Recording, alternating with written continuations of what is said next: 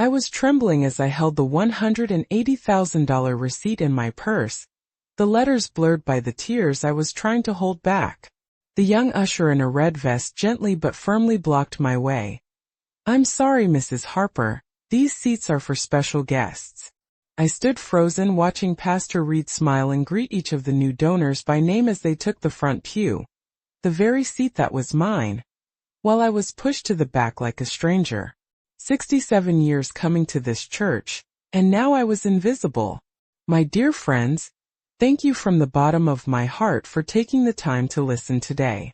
This channel is still just starting out, and every new subscriber breathes life into it, helping us reach our first goal of 1,000 subscribers. If my story touches you, please consider clicking subscribe, and tell me in the comments where you're watching from. It means so much to build this community together. I woke up that Sunday morning with the usual quiet peace that seemed to settle over Mapleton in the early hours. The kind of calm that feels like a gentle promise. A promise that the day will unfold just as it always has. I could hear the faint chime of the church bells ringing somewhere in the distance. Their soft pealing drifted through my bedroom window, mixing with the scent of fresh coffee brewing in the kitchen downstairs. It was, in so many ways, just another Sunday. But that day would turn out to unravel all I thought I understood about faith, belonging, and the church I had loved my entire life. I'm Eleanor Harper, though everyone calls me Ellie, a name the pastor has used since I was a little girl. I'm 72 now, and I have been coming to the First Baptist Church of Mapleton for 67 years. Almost my whole life. I was raised in this church, baptized here, married here, and even after Frank passed, I kept coming back every week. We were a quiet family, not flashy in any way. Just simple folks who found comfort in the pews, in the prayers, and in the familiar faces around us. That morning as I dressed, I carefully selected a modest navy blue dress, the one Frank always said made my eyes shine. I pinned on my mother's pearl brooch, the one I have worn every Sunday since she passed away. It felt like carrying a piece of her spirit with me. I pulled on my sheer stockings and polished my sensible shoes, nothing extravagant but neat and respectful. I packed my purse, placing the small, crumpled receipt inside without a second thought. Little did I know that piece of paper was about to become a symbol of everything I was about to lose. The kitchen smelled like cinnamon and fresh grounds, and the sunlight filtered through the lace curtains, casting delicate shadows on the table where I sat to sip my coffee. The warmth of the cup in my hands always grounded me. It was a simple ritual, but it reminded me that no matter what storms brewed outside, there was still warmth to be found in small things. I poured a second cup for Michael, my grandson, who had stayed over the night before. He was 25 now, with the same blue eyes as me and Frank's steady spirit. Michael and I haven't always seen eye to eye on faith. He's more pragmatic, less sure about the church's place in his life. But he came to support me that morning, and I could feel the weight of his presence as we prepared to head out. "Grandma," he said softly, "are you sure about this? About the donation?" I smiled, brushing his hand lightly. "It's what Frank and I saved for all these years. Our little dream that never quite came true." I paused, feeling the pulse in my own wrist, steady and reassuring. The roof needed fixing. If the church closes, we lose more than a building. We lose our history, our community. Michael nodded but didn't reply. I knew his silence wasn't disagreement. More a quiet worry. The kind that comes with watching someone you love put so much of themselves into something intangible. The drive to church was familiar. The streets lined with autumn leaves turning gold and red. I noticed how quiet the town had become over the years. The factory closure had changed everything. Young families moving away, shops shuttering, and the church congregation shrinking. But the building itself stood proud, its stained glass windows catching the morning sun like jewels. When we pulled into the parking lot, I felt a flutter of nervous anticipation. I remembered the days when we'd arrive early just to save that perfect pew, third row on the right, where the sunlight hits just right in the afternoon. That seat had witnessed so many moments. My wedding to Frank, the baptisms of my grandchildren, years of Sunday sermons and quiet prayers. It was my place, my sanctuary. Inside, the church smelled of polished wood and old hymnals. The air was calm but carried a faint undercurrent of tension. I could sense it even before Pastor Reed stepped up to the pulpit. He looked as polished as ever in his dark suit, his silver-streaked hair sharp against the black backdrop of the pulpit. I watched as he opened the worn Bible that belonged to his father, a family heirloom passed down like a sacred torch. His voice was steady when he addressed the congregation, but I noticed a tightness beneath the surface. "Brothers and sisters," he began, "our church stands at a crossroads. The roof that has sheltered us through generations is failing. Without your help, we risk losing this sacred home." The hush that fell over the crowd was heavy. I could feel the collective breath held, the worry etched in every furrowed brow. Times had been difficult, and I knew many doubted we could raise the $200,000 needed. Our town was struggling, the lifeblood drained by economic hardship. After the service, I lingered in the small fellowship hall, surrounded by familiar faces. Teresa was there as always, her warm smile like a balm. She caught my eye and gave a small nod of encouragement. I could see the worry in her eyes too. This church was more than a building for her, just as it was for me. That day, sitting at the kitchen table later with Michael, I found my heart heavy but resolute. I told him about the money Frank and I had saved for a beach house we never bought. It was a dream deferred, but maybe it could serve a higher purpose now.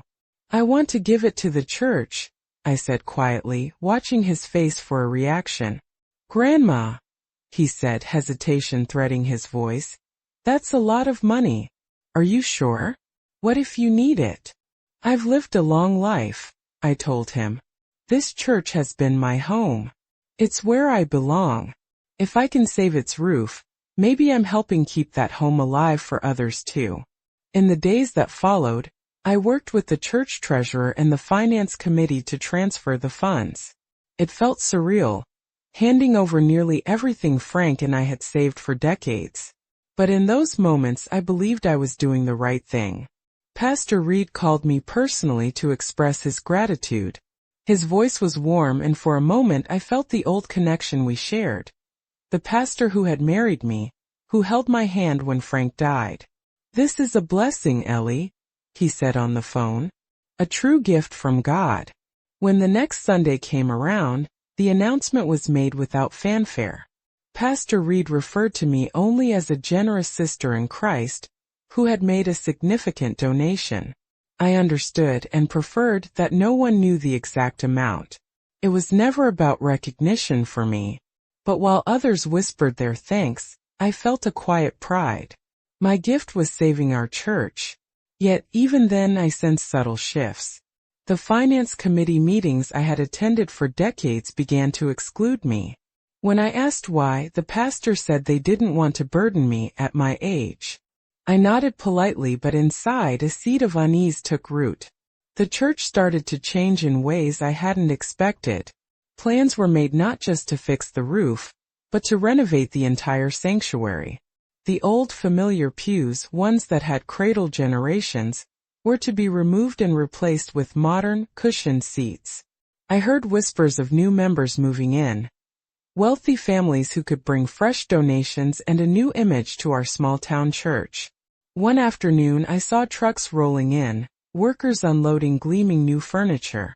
My eyes stung as I watched them carry away the worn wooden benches, including the very pew I had always sat in. It felt like they were stripping away pieces of my past, my memories. Teresa tried to comfort me. "Change is hard, Ellie," she said softly, her voice trembling. "But maybe it's for the best." I wanted to believe her. I clung to the hope that the church was evolving to survive. But deep down, I felt like a stranger in the place I had always called home. The Sunday of the reopening arrived with a strange electric energy in the air. The church was transformed, polished marble floors gleaming, lights bright and new, and rows of plush, velvety seats filling the sanctuary. The parking lot overflowed with cars I didn't. Pastor Reed greeted the Westbrooks personally, their names rolling off his tongue like a litany of privilege.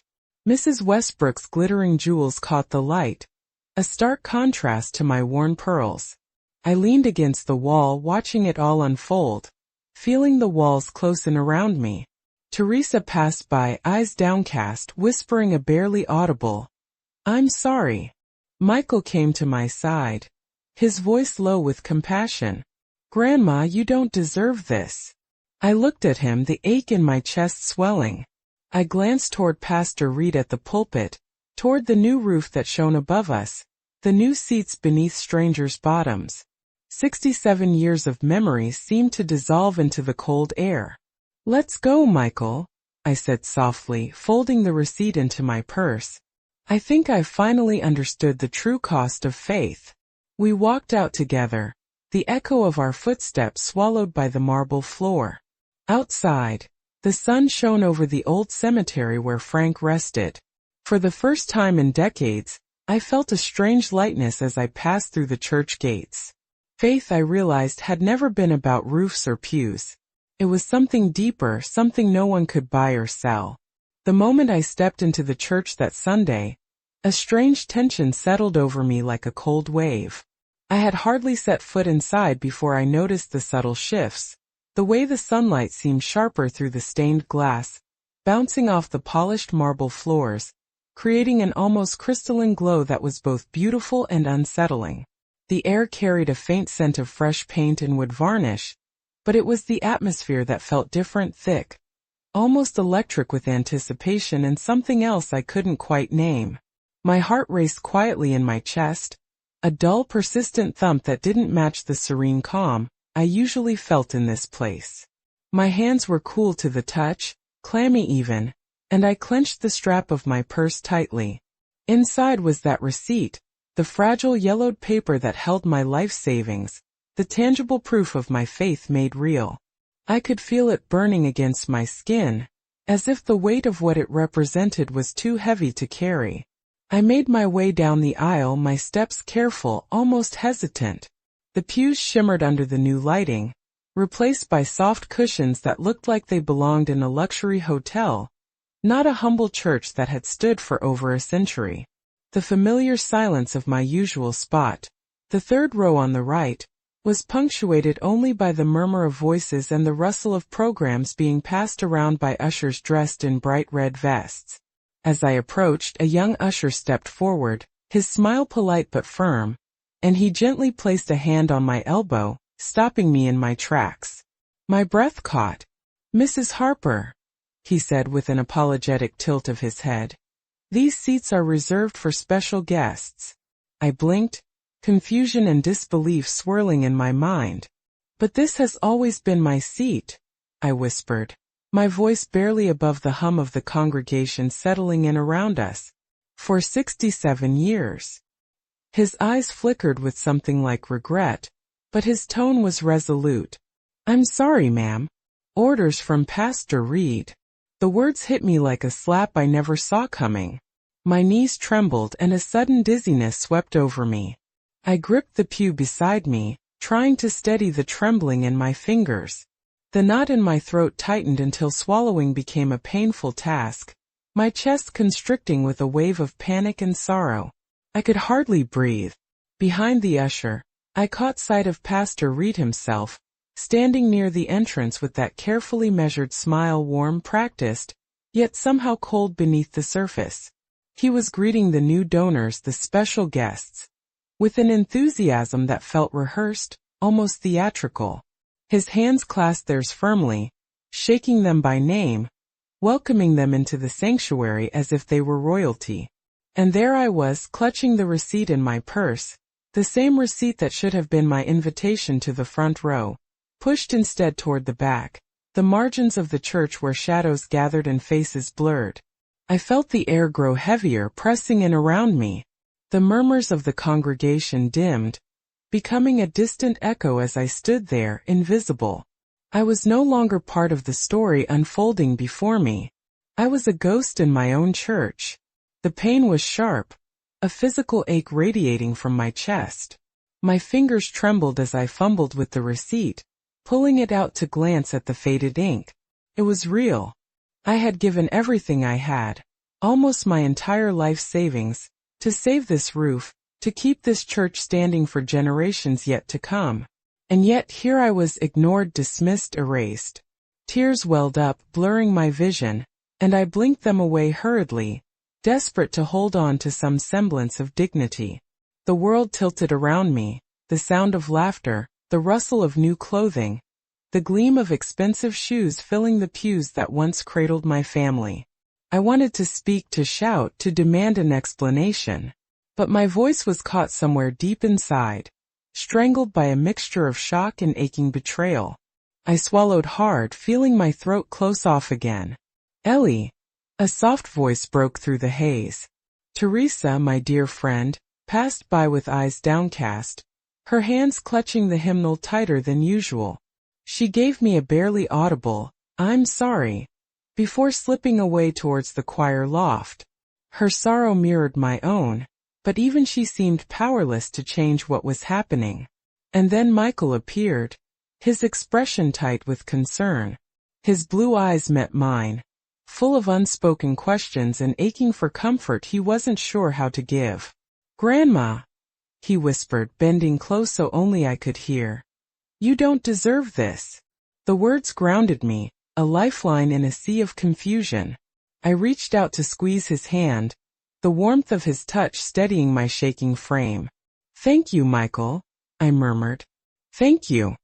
But the hurt lingered, knotting deep in my chest like a stone.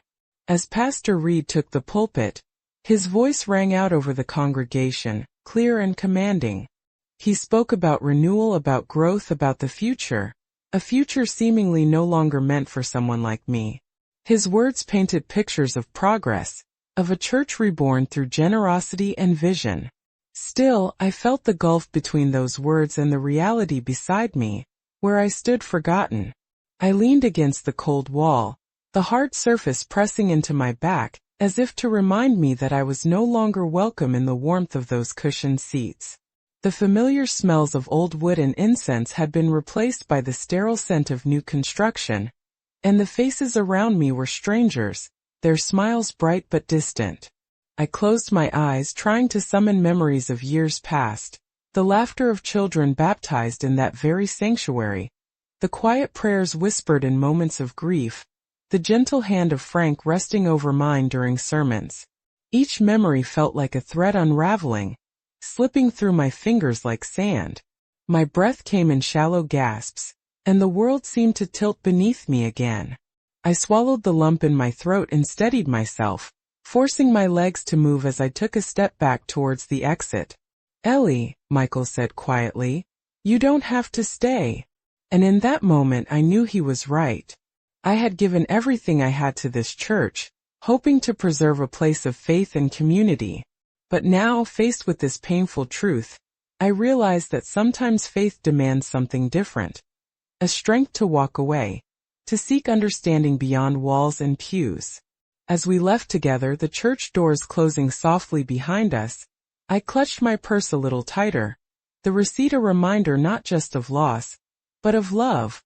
Love that no one could take away. And though my place in that sanctuary was gone, my faith, fragile but fierce, remained. The moment I stepped back into that familiar sanctuary after the donation, something had already shifted between the walls, even if no one said it out loud. I could feel it in the way the sunlight filtered differently through the stained glass, almost sharper and colder somehow.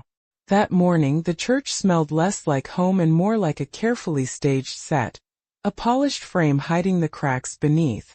As I made my way through the aisle, my fingers brushed over the backs of the new cushioned seats. They were soft to the touch, but something in me recoiled from their unfamiliarity. The smell of fresh varnish and new upholstery mingled with the faint scent of incense that always lingered here. It was a strange cocktail that felt almost like a metaphor for everything I was about to face. When I reached the third row on the right, the seat I'd claimed for almost 7 decades, I stopped abruptly. I glanced down the row, searching for the familiar creak of the wood, the faint imprint of years of prayers, tears, and quiet moments. Instead, I remember the way my knees buckled ever so slightly, how my breath hitched and caught in my throat like a silent scream. For a moment I was paralyzed, too stunned to protest, too ashamed to turn away. The young man's touch was hesitant but steady, as if he knew this was a fragile moment for me, but that his duty was clear. Behind him, across the church, I caught sight of Pastor Reed. His figure was unmistakable, standing near the entrance, greeting the new donors with a warmth that felt rehearsed, a smile that didn't quite reach his eyes. One by one, he shook hands, each name rolling smoothly off his tongue like a litany of privilege. The Westbrooks stood there, shining in their expensive clothing and glittering jewelry, her emerald necklace catching the light with every subtle movement. And there I was, clutching the crumpled receipt inside my purse, feeling like a ghost in the place I had called home for most of my life. My hands trembled and I pulled the receipt out, smoothing the yellowed paper between my fingers as if it could anchor me to reality. The letters were smudged where my tears had blurred them, but the amount still stared back. A lifetime pooled into those numbers. I tried to stop the tears, but they came anyway, blurring my vision, warm and bitter as they slid down my cheeks. The voices around me faded to a dull roar. The laughter and greetings of strangers a stark contrast to the silence that filled my heart. "Ellie," a soft voice whispered near me. "Teresa." I turned slightly to see her passing by, her eyes downcast, lips parted as if she wanted to say more but didn't. Instead, her voice broke through the haze with a quiet, "I'm sorry." Her words felt like a bomb and a blade all at once. Teresa had been my friend for decades, a constant in a world that seemed to be changing faster than I could keep up. She always had a way of reading the room, of feeling the invisible currents beneath the surface. Yet here she was, powerless to stop what was happening. My heart clenched as I watched her retreat toward the choir loft, her steps slow and weighted. I wanted to reach out, to hold on to something familiar, but the ache inside me was too deep. Michael came up beside me then, his face tight with concern.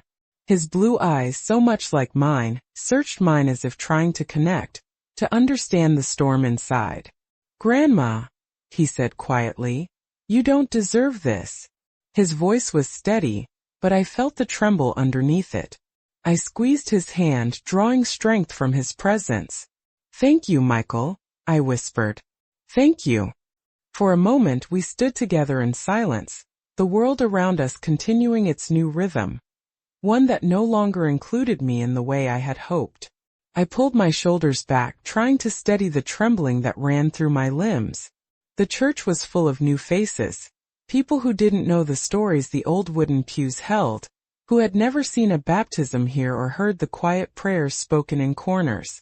They sat comfortably in their new cushioned seats, their smiles bright, their eyes filled with hope or ambition or something I couldn't quite read. Pastor Reed took the pulpit then, his voice ringing clear and full over the congregation. He spoke about renewal, about growth, about a future built on generosity and vision. His words painted pictures of progress and hope, but they felt hollow to me, like a song sung for an empty room. I leaned heavily against the cold wall behind me, feeling the hard surface press into my back. It was a physical reminder of my sudden distance from the warmth of the cushioned seats, from the people who had once been my church family. I closed my eyes, summoning memories like photographs in my mind, each one a snapshot of a life lived in this place. There was the day Frank and I stood there, hands trembling as we said our vows, his eyes shining with love and promise. The wooden pew beneath us had creaked softly, as if blessing the moment. I could still feel his hand in mine, steady and warm. And the baptisms of my grandchildren, Michael among them, their faces radiant with the joy of new beginnings. I had held them close, whispering prayers that I hoped would guide their way. The scent of wet robes and candle wax still lingered in those memories. I saw Teresa's smile, warm and encouraging, as she sang in the choir loft, her voice rising like a gentle tide. We had shared so much in this church: joy, grief, hope. Each image flickered before me, a thread connecting me to a past that suddenly felt both precious and fragile. My breath came in shallow gasps, the weight of loss pressing down on me like a stone. I swallowed hard, fighting the lump in my throat that threatened to choke me. The room seemed to tilt, the polished new church unfamiliar and cold. I wanted to shout, to demand answers, to make someone see the pain this caused. But the words caught in my throat, tangled in a web of shock and sorrow. Instead, I let the tears fall silently, a quiet rebellion against the erasure I felt. Michael's hand tightened around mine, grounding me. "You don't have to stay," he whispered. I knew he was right. Faith had always been about more than a building, more than seats or roofs.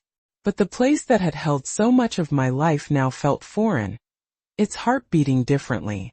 As we turned to leave, the heavy church doors closing softly behind us, I clutched my purse tighter, the receipt a small fragile talisman of the past.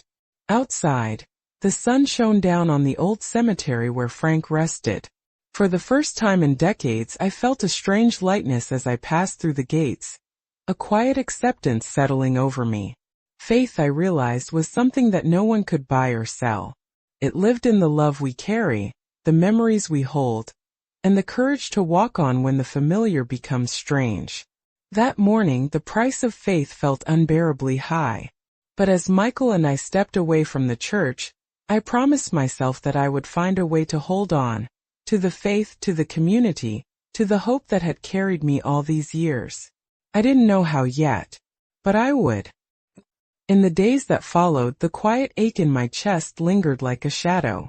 Every morning I found myself reaching for the phone, wanting to call Pastor Reed. Not to accuse, but to understand. To hear again the warmth in his voice, the faith I once trusted so deeply. But the line felt heavy.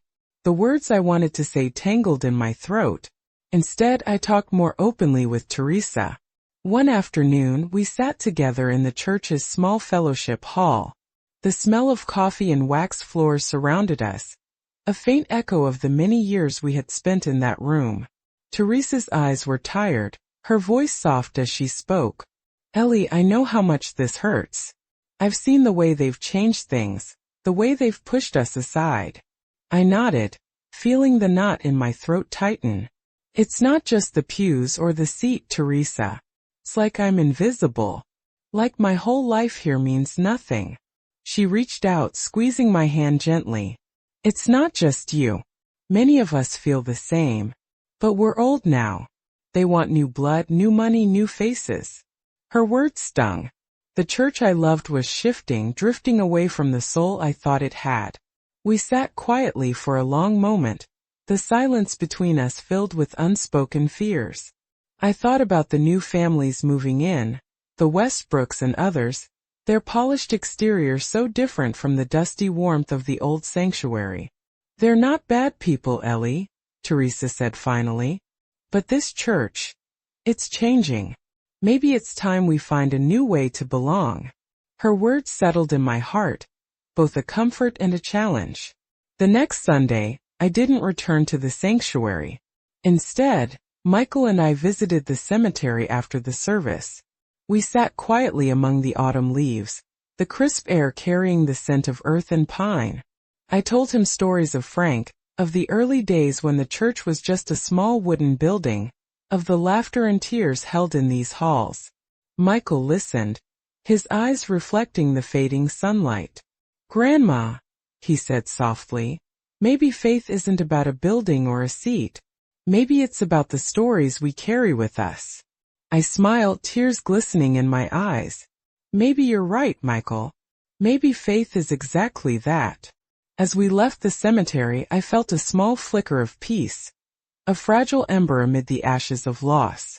The church had changed and so had I. But my faith, quiet and stubborn, remained. And that, I realized, was the beginning of something new. The days that followed that painful Sunday were like walking through a fog I couldn't shake. I tried to hold on to the faith that had sustained me all my life, but the world around me had shifted in ways I wasn't prepared to face. At first, I thought it might just be a moment, a passing discomfort that would fade as the church settled into its new chapter. But the coldness I felt wasn't from the weather. It was a chill rising from the very hearts of those. Throughout the service, I caught fragments of conversation, low words that floated just beyond hearing. "It's better this way," I heard someone say behind me. "We have to move forward." Another murmured, "She gave the money, but it's like she doesn't belong anymore." The bitter sting of those words made my throat tighten, and I fought the urge to leave, to disappear where no one could see me. But I stayed, anchored by years of memories, by the name I had carried here for so long. When the service ended, the usual flood of handshakes and warm embraces didn't come. People filed past me with polite nods, but no one stopped. The children I used to watch grow up avoided my eyes. Old friends who had once hugged me tightly now turned away, busy with their own conversations. Even Michael, who rarely came to church, noticed the change. "Grandma," he said softly as we stepped outside together, "I'm sorry they're treating you like this." I nodded, swallowing the lump in my throat. "It's not just them, Michael. It's the church. Or maybe it's what we've become." That afternoon I found myself wandering the empty halls, the echoes of laughter and prayer long gone. The walls seemed to hold their breath, waiting for something I wasn't sure would ever return. I sat alone in the fellowship hall, the same place where Teresa and I had shared countless cups of coffee and whispered worries over the years. The door creaked open and Teresa stepped in quietly, her eyes tired but kind. We sat in silence for a while, the weight of unspoken truths filling the room. Finally she spoke, her voice barely above a whisper. "Ellie, I don't think they see us the way they used to. The new families, the Westbrooks, they've changed the church. It's no longer the place we built." Her words cut deep, but they also echoed what I had been feeling.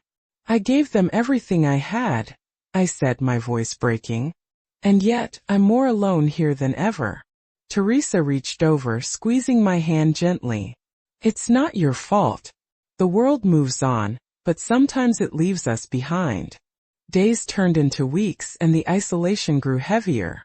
Invitations to church events stopped coming. Members who once greeted me by name now offered only curt nods. I overheard hushed conversations that stopped abruptly when I entered the room. Notes were left on the bulletin board thanking donors by name, but mine was never mentioned. The church had become a place where the past was politely forgotten, replaced by shiny new faces and fresh beginnings. And I was losing my place in it.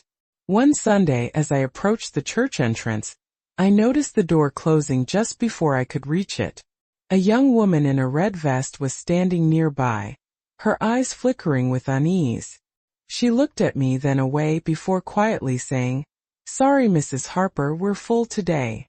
I blinked, unsure if I had heard her right. "But I've been coming here my entire life." She hesitated. "I know. I'm sorry." I turned away, the sting of rejection burning sharper than any wound. Outside, Michael waited, his face shadowed with concern. "Maybe it's time to find a new place," he said gently. I shook my head, tears threatening to spill. "Faith isn't about buildings or seats, Michael. It's about the people." But what if the people no longer remember me? The days blurred together. Prayers whispered in solitude. Hymns sung softly in my heart. Memories replayed in the quiet moments between dawn and dusk. I found solace in the cemetery where Frank rested, the familiar ground grounding me when the church felt like a stranger. Yet, despite the loneliness, a stubborn flame of hope flickered inside me. Maybe faith was more than the walls that surrounded it. Maybe it was the courage to stay true when the world turned away. But the ache of invisibility was real. And every glance that slid past me without recognition, every whispered conversation that ceased when I approached, was a reminder that the church I loved was moving on without me. One afternoon I sat by the window of my small apartment, the soft light catching the worn edges of the receipt tucked safely in my purse. I traced the faded numbers with a trembling finger, the weight of my sacrifice heavy on my heart. I thought of Pastor Reed, his carefully crafted smile, the ease with which he welcomed the Westbrooks, The way he seemed to have forgotten the years, the memories, the people who had built this church from the ground up. Was this what faith had cost me? To be seen only when it was convenient? To be valued only as a source of money, then cast aside like a forgotten relic? I closed my eyes, breathing deeply, trying to summon the peace I had known as a child kneeling beside my mother's hymn book. Teresa's words echoed softly in my mind. Maybe it's time we find a new way to belong. The thought terrified me, but also offered a small glimmer of possibility. Maybe the church I had loved was no longer the home I thought it was. Maybe my faith had to grow beyond its walls. But letting go wasn't easy. The next Sunday I stayed home. Michael understood. We sat together on the porch, watching the autumn leaves swirl in the wind. I shared stories of the church as it used to be, of laughter echoing through the sanctuary, of the steady rhythm of faithful hearts beating in unison. He listened, his eyes shining with understanding. "Grandma," he said, "faith is the stories we carry. No one can take those away." I smiled through tears, grateful for his presence, for his words. The isolation had not broken me. It had reshaped me. And as the days lengthened and the nights grew colder, I began to realize that the true sanctuary was not in the pews or the roof, but in the quiet, unshakable faith that lived inside me. The church may have moved on without me, but my faith was mine to keep. And that was the beginning. In the weeks that followed, the divide between me and the church community only deepened. Invitations that once came as a matter of course, potlucks, prayer groups, choir rehearsals, ceased without explanation. I found myself on the outside, watching from a distance as new faces took the places I once knew so well. At the grocery store, I overheard conversations stop when I walked by. Familiar neighbors avoided eye contact, their smiles strained and fleeting. Even the church secretary, who had once greeted me warmly each week, now seemed nervous and distant when I called with questions. I felt like a shadow, present but unseen, a ghost lingering in the rooms where my voice once carried laughter and song. One afternoon, as I browsed the shelves of the local bookstore, I spotted Pastor Reed speaking with Victoria Westbrook near the new arrivals. Their conversation was low, their expressions guarded. I recognized the familiar polished ease in the pastor's voice, the subtle deference in Victoria's nods. When their eyes met mine, Pastor Reed's smile faltered for just a moment before he turned away, leaving me standing there with a hollow ache. Victoria glanced up, her green eyes cold and unreadable, before she quickly returned to her conversation. That moment crystallized everything I had been feeling: the unspoken division, the shifting alliances, the quiet erasure of the old guard in favor of the new. I walked out of the store, the autumn wind biting through my coat, carrying with it a sense of finality I wasn't ready to accept. Back at home, I sat by the window, the receipt still clutched in my hand. It was more than just a piece of paper. It was a testament to a lifetime of faith and sacrifice. But now it felt like a relic of a past that no longer mattered. I thought about the faces I had known for so long, the choir members, the Sunday school teachers, the friends who had become family. Where had they gone? Were they lost in the tides of change, or had they chosen to leave me behind? The silence answering those questions was deafening. Yet somewhere deep inside me a quiet voice whispered, "Faith is not lost. It is carried forward, even when the world turns its back." And so I held on.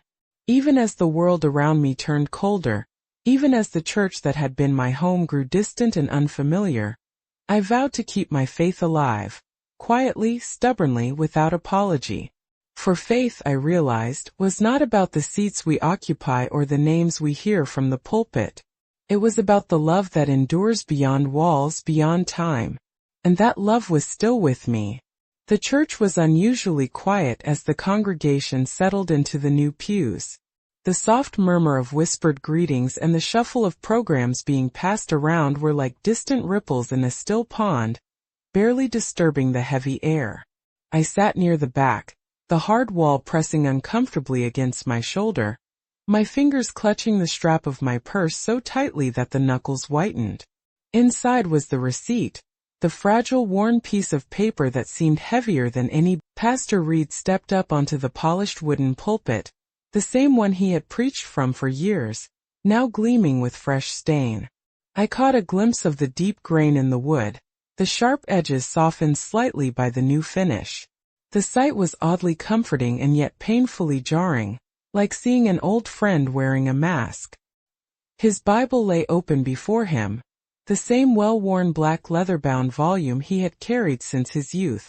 I remembered how his hands had once held mine gently in times of sorrow, how his voice had once brought comfort and warmth. But today that voice was different. It trembled only slightly at first, but beneath the surface was a steel that felt cold and unyielding. He cleared his throat softly, a sound that echoed in the expansive room. The congregation fell silent, all eyes turning toward him. I sat motionless, my hands still clasped tightly together, the rough texture of my skin grounding me. The moment stretched out, fragile and taut like a thread about to snap. "Brothers and sisters," Pastor Reed began, his voice low but firm, "we stand at a crossroads today. This church, our sanctuary, our home, has weathered storms far greater than any roof leak." His words were measured, deliberate, like a carefully rehearsed speech meant to evoke strength and unity. But times have changed. I swallowed hard, feeling the lump rising in my throat. I could taste the bitterness already, sharp and unwelcome. He continued, his eyes sweeping across the congregation, lingering on the faces of the new donors seated at the front, their bright clothes a stark contrast to the faded hues of the old members. "The generosity we have received has been a blessing, yes, a true gift from God. But it is more than bricks and mortar that we must repair." His gaze shifted briefly toward me, and I caught the faintest flicker of something I couldn't quite name, before he turned back to the crowd. "We are building a future here," he said, voice rising just enough to fill the room.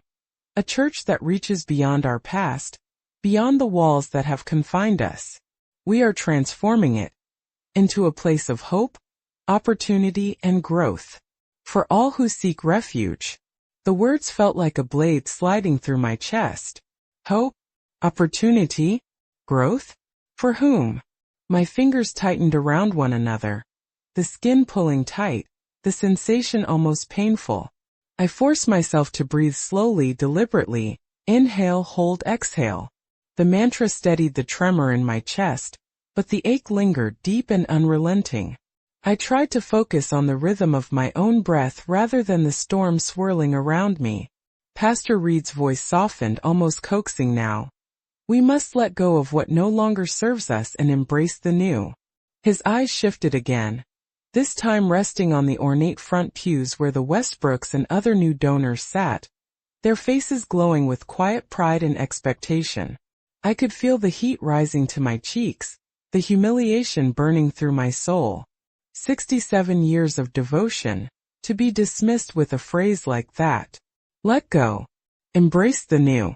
The words echoed in the cavernous hall, bouncing off the high ceilings and stained glass windows, filling every corner with their cold finality. I closed my eyes, willing the tears away. I could feel their slow, relentless approach like a tide, threatening to spill over and shatter the fragile calm I had fought so hard to maintain. My chest tightened, constricting the air from my lungs, and I bit down on my lower lip to stop the sob that clawed at my throat. Pastor Reed's sermon continued, his cadence building with a fervor that was unsettling in its certainty. He spoke of vision and leadership, of the need to move forward boldly, to invite fresh voices and new energy. The congregation murmured assent, some nodding, others wiping tears from their eyes. Tears of joy, of hope. But my tears were the kind no one saw, the kind that hide in the shadows. I tried to remember the old hymns, the prayers whispered behind closed eyes, the times when this place had been a refuge. But now it felt like a stage, carefully crafted, meticulously polished, but lacking the soul that once filled it. The pastor's words grew more impassioned, painting a picture of renewal that excluded the likes of me, the worn, the faithful, the forgotten. His voice echoed through the sanctuary with a resonance that felt both commanding and hollow. Faith is not static, he declared. It is a living, breathing force. We must nurture it, protect it, and sometimes we must make hard choices for the sake of our future.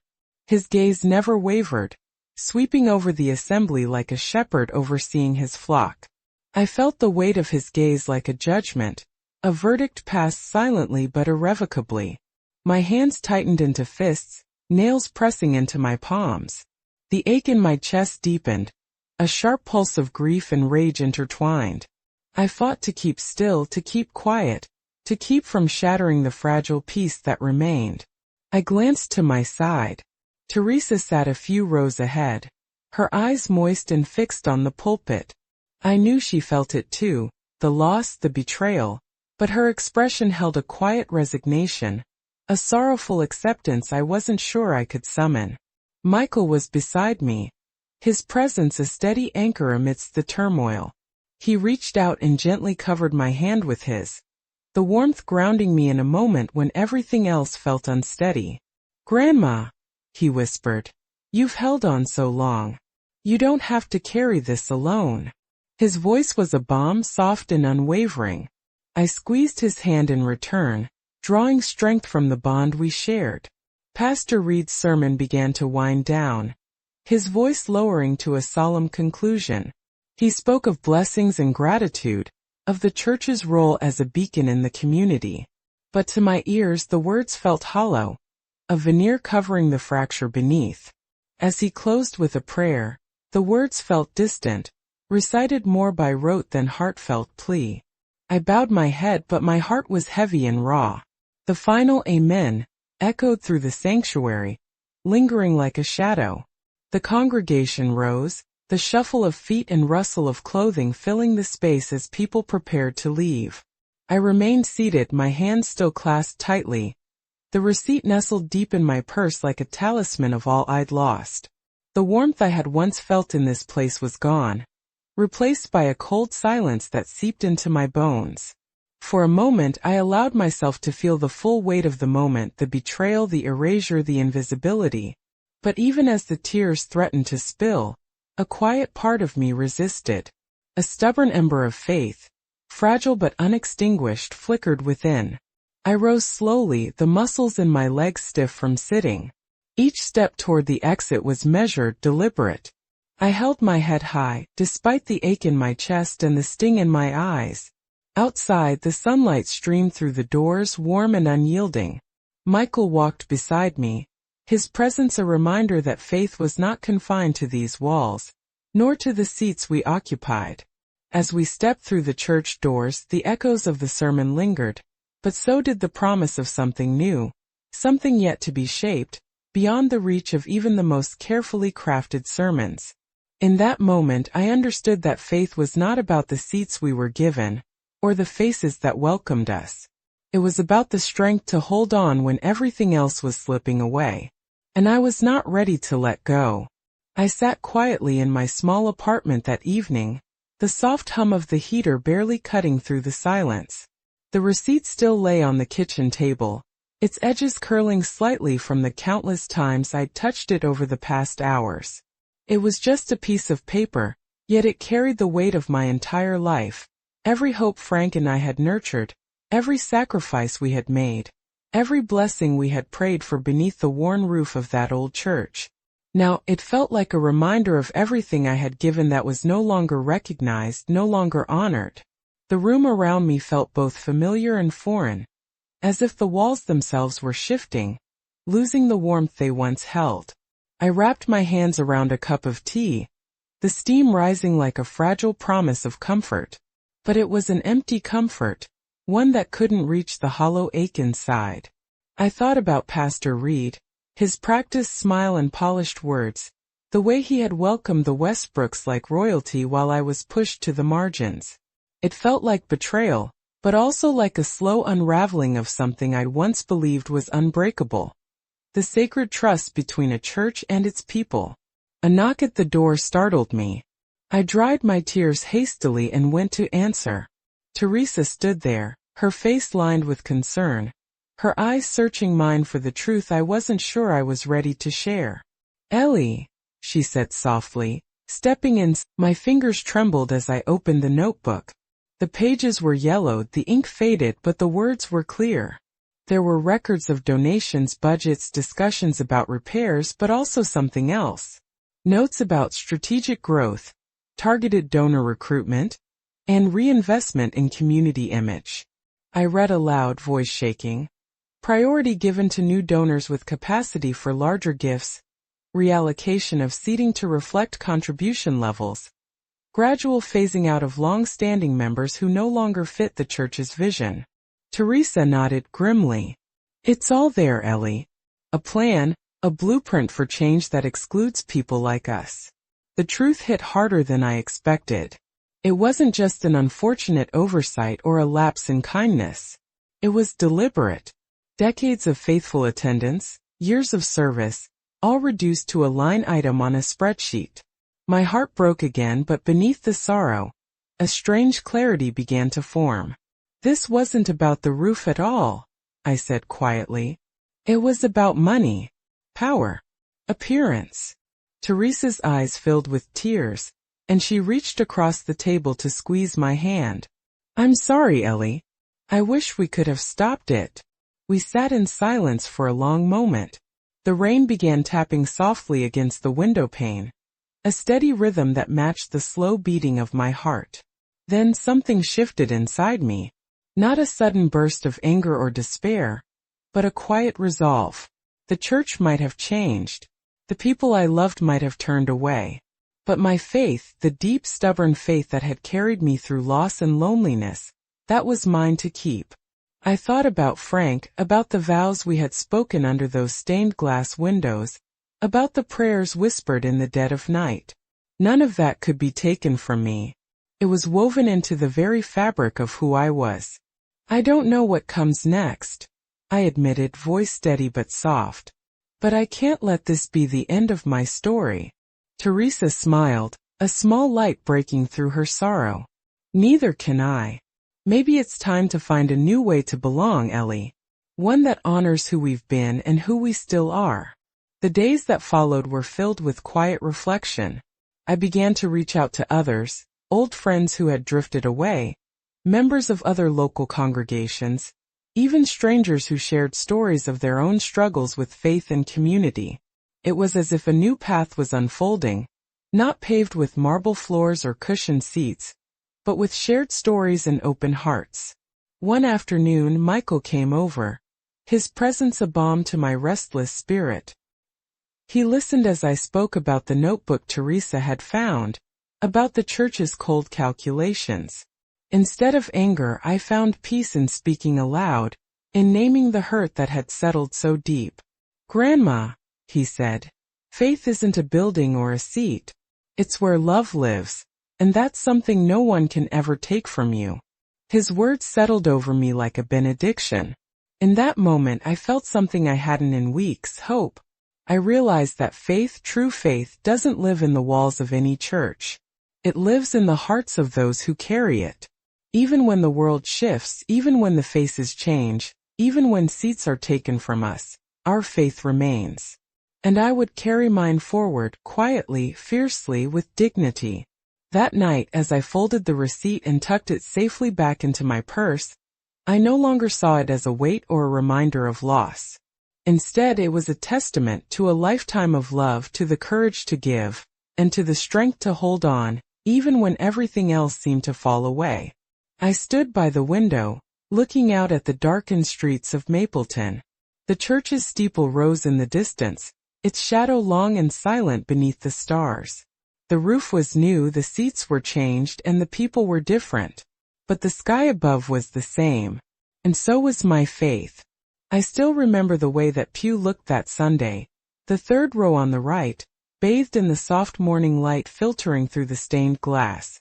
But it wasn't my seat anymore. It was a plush green velvet bench, shining under the fresh paint and polished wood, with cushions soft enough to swallow you whole. The kind of seat that whispered wealth and status, not devotion and memory. I stood there holding a fragile slip of paper, the receipt for $180,000, the sum that had once been my life savings. It felt heavier than anything I had carried before, heavier than grief, heavier than loneliness. The church was full of new faces that day. Guests dressed in their Sunday best, but also in power and privilege. An unfamiliar kind of congregation that didn't know the weight of decades, the seasons of life, the prayers whispered late at night when hope seemed faintest. The pastor's practiced smile greeted them by name. They sat where I had sat for 67 years, where my children and grandchildren had knelt, where my life had been woven into the fabric of that sacred space. I was pushed back. Invisible. A ghost in the house I once called home. The door closed behind me with a soft thud. The echoes of my footsteps swallowed by the gleaming marble floors. The wind stirred outside, rustling the leaves in the old cemetery where Frank rests. I glanced back once, a silent goodbye to the church that had shaped me. Its walls full of memories, its pews full of stories that were no longer mine. But as the door swung shut, I realized something. Faith isn't a seat. It isn't a building. It's not the roof over your head or the people who nod politely when you walk in. It's something quieter, something deeper. It's the breath in your lungs when you feel like there's nothing left to give. It's the steady beat of your heart when the world turns away. It's the love you carry, even when you stand alone. I walked away from that church that day with the receipt folded in my purse and a strange lightness in my step. The weight of 72 years of faith, hope, and love pressed not on my back but in my soul. I was leaving behind the bricks and mortar, but I was carrying a legacy no one could take. The sun was bright as it spilled over the gravestones and the ancient oaks, and the wind whispered through the branches like a prayer. Somewhere deep in me I felt the pulse of something new, fragile, uncertain, but fiercely alive. The church doors closed quietly behind me, the sound like the final note of a hymn fading into silence. But outside the world was still turning. Life was still moving forward. And so I moved forward too. The empty pew remained where I had once sat, the polished wood gleaming, the cushions soft and unyielding. It was a symbol, a silent testament to change and to loss, but also to beginnings, to the courage it takes to let go. I could almost hear the faint echo of footsteps, mine, fading down the aisle step by measured step, leaving behind the place I had known all my life, stepping toward a future I had yet to see. The wind caught the heavy wooden door and pushed it closed once more, the sound crisp and final. Outside, leaves danced in the sunlight, swirling in the autumn air. A reminder that even as seasons end, something new always begins.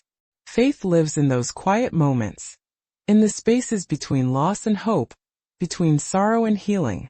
It lives in the courage to walk away when holding on no longer serves, to find new paths when the old roads disappear. I don't know what tomorrow holds, but I know this. Faith is a journey, not a destination. And while my church seat may be gone, the faith I carry is mine forever. As I turn away, the empty pew waits, quiet still, a place once filled with life, now holding space for stories yet to be told. And somewhere in the distance the church bells ring softly, a reminder that faith, in all its forms, endures. In the end, I am more than a seat, more than a name on a donation list. I am a story, a witness, a heart that beats steady through the storms. And I will keep walking. Because faith, true faith, is never about where you sit. It's about who you are when no one else is watching. That day, as I stepped into the fading light, I carried not just loss but a quiet hope, a hope that faith will find me wherever I go. And as the sun dipped low behind the hills of Mapleton, I whispered a prayer, not for the church building or the roof, but for the strength to keep believing. Because sometimes the truest faith is the faith that refuses to be silenced. And that faith is mine to keep forever. That evening, after Michael and I had left the church and the doors closed softly behind us, I found myself sitting alone by the window in my small apartment. The night outside was calm, the quiet hum of the town settling into its usual rhythm. The receipt was folded and tucked safely inside my purse, resting like a fragile talisman beside me on the worn wooden table. I traced my fingers over its creased edges, feeling the weight of a lifetime in that and in that silence I had become invisible. The pain of being pushed aside cut deeply, sharper than any loss I could recall. It was more than the loss of a seat or a place in the pew. It was the loss of belonging, the unraveling of a lifetime stitched together with faith and community. I had given everything I had, my savings, my trust, my heart, only to find myself an afterthought in a space I once called mine. Tears came then, quietly at first, warm streaks tracing paths down my cheeks as I sat in the dim light. But beneath the sorrow was something else. A stubborn ember of hope, flickering just beneath the surface, refusing to be extinguished. I thought about Frank. I thought about the vows we had spoken under those very ceilings, the prayers we whispered in the darkest moments. All of that was still with me, woven into the fabric of my soul. No one could take that away. Michael's voice echoed gently in my mind, reminding me that faith was more than buildings or seats. It was the stories we carry, the love we give, the courage to keep walking even when the path grows uncertain. I realized then that perhaps this was not the end, but the beginning of a new chapter. A chance to find faith in unexpected places, in quiet moments, in whispered prayers, in the company of those who understand the ache of being forgotten. Teresa's words returned to me, soft but firm. Maybe it's time to find a new way to belong, one that honors who we've been, and who we still are. And so I folded the receipt once more, not as a symbol of what was lost, but as a testament to all I had given and all I still carried within. Faith, I learned, is not about the seats we occupy or the names called from the pulpit. It is about the strength to stand, to let go, and to keep believing when no one else sees. As the night deepened outside my window, I whispered a prayer, not for the church or the roof, but for the courage to carry my faith forward, no matter where the road may lead. Because some things, faith, love, hope, are too precious to be reserved for just a few. They belong to all of us. And that truth, quiet and unyielding, I will carry with me, always. If you've made it this far, thank you from the bottom of my heart for staying until the end. If you feel it in your heart, please subscribe so you won't miss the next stories, and keep walking with me by watching the other videos I've prepared with care. And please, share in the comments what you thought of my testimony. I will read every word.